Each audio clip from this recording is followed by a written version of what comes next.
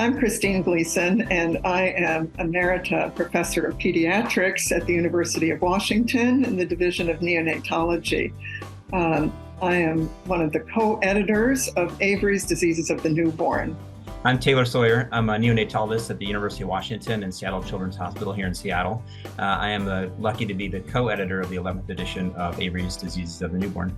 So this is the 11th edition of Avery's Diseases of the Newborn, and it's the 4th edition that I've been privileged to co-edit.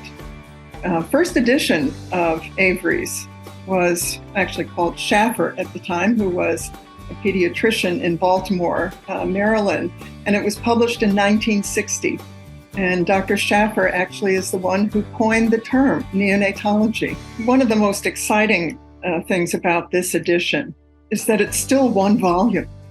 I think it's actually even more concise than the previous edition. It's about 200 pages less, actually, than the last edition. And that's in large part to some of the contributions that Taylor Sawyer made as we were going through the table of contents and realizing that the focus of Avery's Diseases of the Newborn really needed to be diseases, disorders.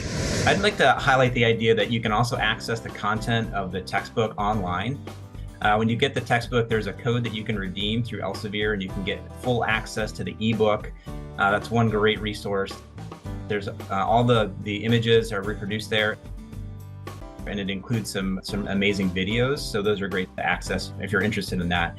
And it just makes it more user-friendly for folks who don't want to or can't get access to their hard copy all the time and want to be able to access it on the go on their computer or their phone. I'd like to highlight some of the expanded and new content for the 11th edition. One of the obviously hot off the press issues was the COVID-19 pandemic.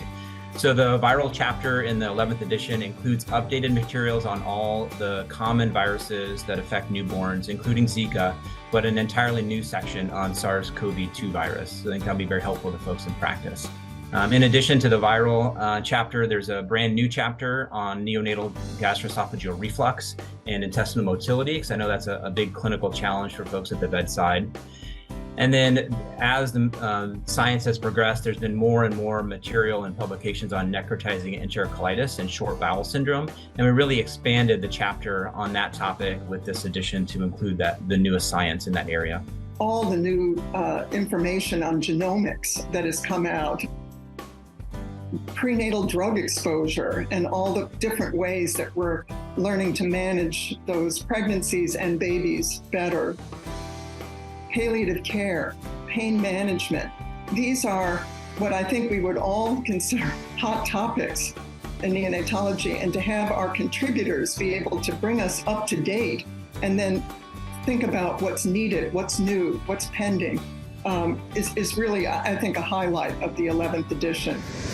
When I think about who the readers of Avery's should be, and obviously are, I think really, the physicians come to mind, those pediatricians and neonatal specialists who focus on care in the newborn in the NICU.